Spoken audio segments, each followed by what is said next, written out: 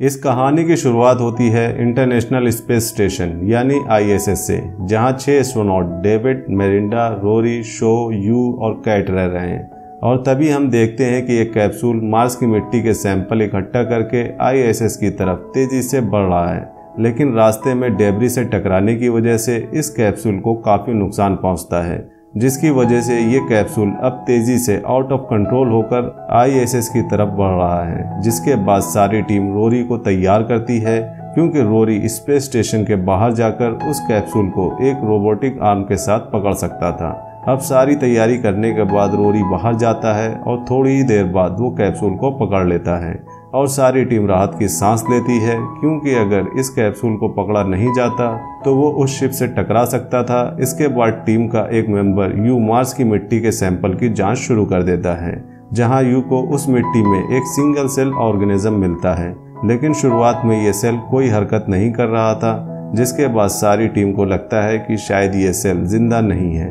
लेकिन यू जैसे ही उस चैम्बर का टेम्परेचर बढ़ाता है और उसको खाने के लिए थोड़ा ग्लूकोज देता है, तभी वो सेल कुछ हरकत दिखाना शुरू कर देता है और सारे टीम मेंबर्स में खुशी की एक लहर दौड़ जाती है, क्योंकि वो सभी लोग पहले ऐसे इंसान बन गए थे जिन्होंने मार्स पर जीवन के होने का सबूत ढूंढ लिया था। और धीरे धीरे इस बात की जानकारी धरती पर सभी तक पहुंच जाती है। जिसके बाद टीम का वीडियो कॉन्फ्रेंसिंग के थ्रू एक इंटरव्यू लिया जाता है, जहां एक बच्ची से उस जीव का नामकरण करवाया जाता है और वो बच्ची उस जीव का नाम कैल्विन रखती है। इसके बाद हम देखते हैं यू को, जिसका आधा शरीर पैरालाइज्ड है और उसे चलने के लिए धरती पर व्हील चेयर की मदद लेनी पड़ती है, लेकिन स्पेस में ग्रेविटी न होने की वजह से सब कुछ हवा में ही तैरता रहता है। इसी कारण यू को ISS में रहना बहुत अच्छा लगता है। अब कुछ दिन बीतने के बाद हम देखते हैं कि कैल्विन अब तेजी से ग्रो कर रहा है और उसका ग्लूकोज इंटेक भी पहले से बहुत बढ़ गया है,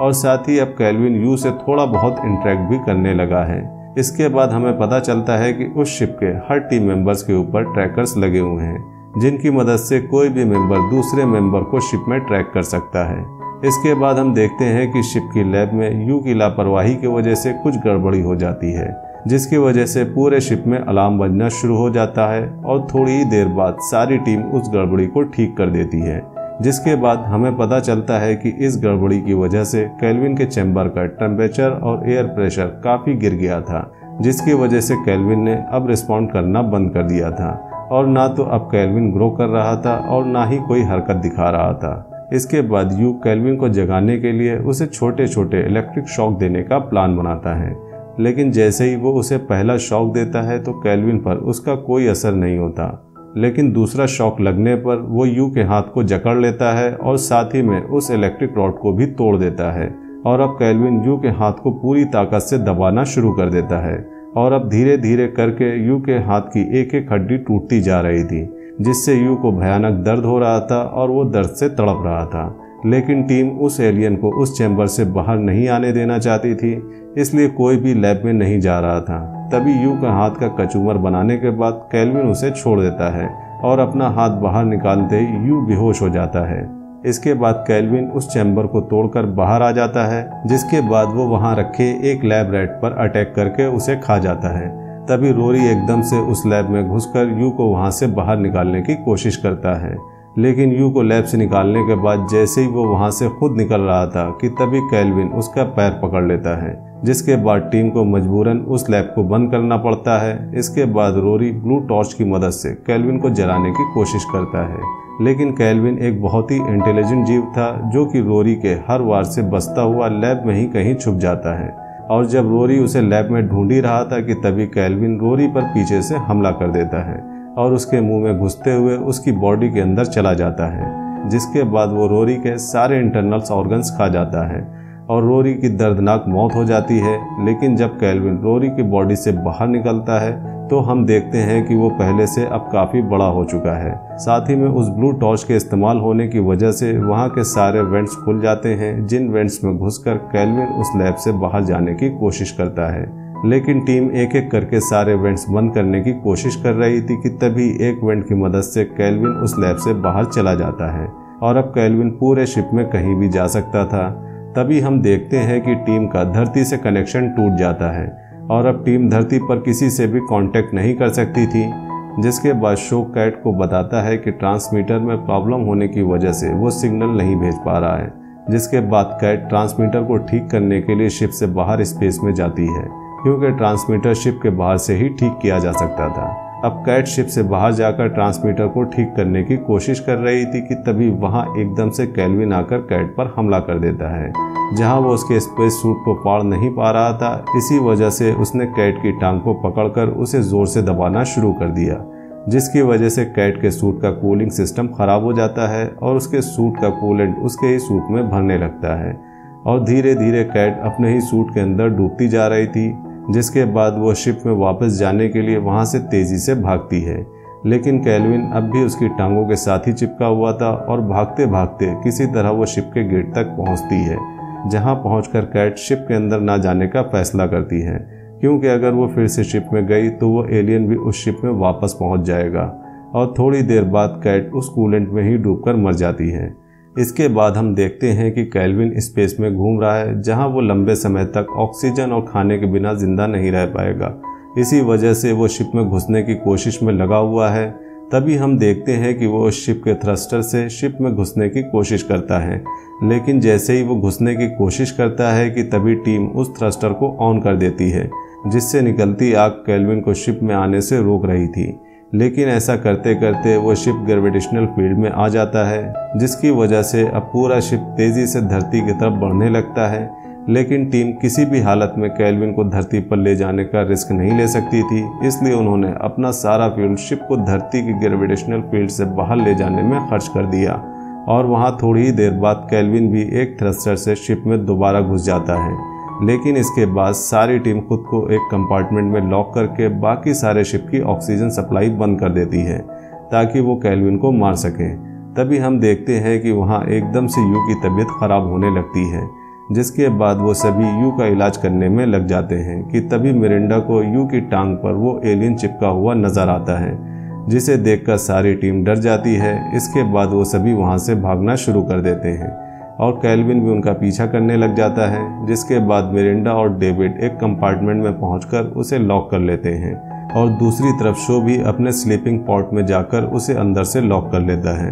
इन सब चीज़ों के थोड़ी देर बाद डेविड और मिरिंडा केल्विन से बचते हुए किसी तरह वापस यू के पास पहुंचते हैं, जहां यू अपनी आखिरी सांसें ले रहा था और थोड़ी देर बाद उसकी भी मौत हो जाती है। इसके बाद हम देखते हैं कि यू की टांग से चिपके होने की वजह से उसका ट्रैकर अब केल्विन पर चिपक चुका था, जिसकी वजह से अब मिरिंडा और डेविड उसे शिप पर कहीं पर भी ट्रैक कर पा रहे थे। इसी का फायदा उठाते हुए वो दोनों एक कंपार्टमेंट में यू की लाश को रख देते हैं, जिसे खाने के लिए केल्विन तेजी से उस कंपार्टमेंट की तरफ बढ़ता है और जैसे ही केल्विन उस कंपार्टमेंट में पहुंचकर यू को खा रहा था कि तभी डेविड और मिरिंडा उस कंपार्टमेंट को लॉक कर देते हैं, जिसके बाद उस कंपार्टमेंट की ऑक्सीजन सप्लाई को भी बंद कर देते हैं ताकि वो केल्विन को मार सके। लेकिन तभी हम देखते हैं कि धरती से एक स्पेसक्राफ्ट वहां आता है, जो कि उसी कंपार्टमेंट से अटैच होने वाला था,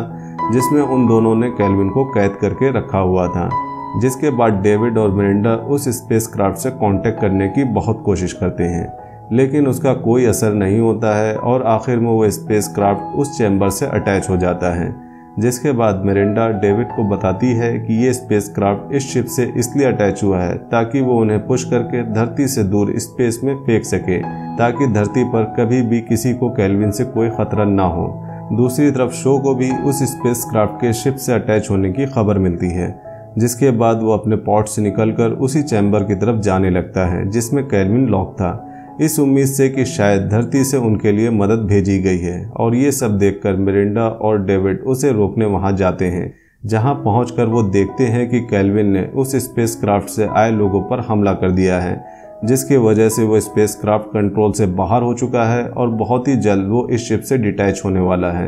इसके बाद उस स्पेसक्राफ्ट के सभी लोगों को मारने के बाद केल्विन शो पर भी हमला कर देता है, जिसके बाद वो दोनों शो को बचाने की पूरी कोशिश करते हैं, लेकिन शो उस एलियन को पकड़कर खुद ही उनसे दूर हो जाता है और तभी वो स्पेसक्राफ्ट शिप से अलग हो जाता है। इसके बाद मिरिंडा और डेविड अगले कंपार्टमेंट में पहुंचकर उसे लॉक कर लेते हैं और अब हम देखते हैं कि वो स्पेसक्राफ्ट आउट ऑफ कंट्रोल होकर शिप से टकरा जाता है, जिसकी वजह से शिप को बहुत नुकसान होता है। साथ ही में उस स्पेसक्राफ्ट ने शिप को पुश करके फिर से धरती की ग्रेविटेशनल फील्ड में लाकर खड़ा कर दिया था और अब वो शिप फिर से धरती की तरफ तेजी से बढ़ रहा था और बहुत ही जल्द वो धरती पर क्रैश हो जाएगा। वहीं शिप में दूसरी ओर डेविड और मेरिंडा को इस बात का एहसास होता है, जिसके बाद वो दोनों बहुत निराश हो जाते हैं क्योंकि उनका सारा फ्यूल भी अब खत्म हो चुका था। साथ ही में उस शिप का हीटिंग सिस्टम खराब होने की वजह से वहां का टेम्परेचर भी बहुत गिर चुका था। लेकिन तभी डेविड को एक प्लान सूझता है, जहां वो मेरिंडा को बताता है कि इस शिप में 2 लाइफ बोट्स हैं जिनमें एक एक इंसान बैठ सकता है। ये लाइफ बोट्स ऑटो पायलट पर चलती हैं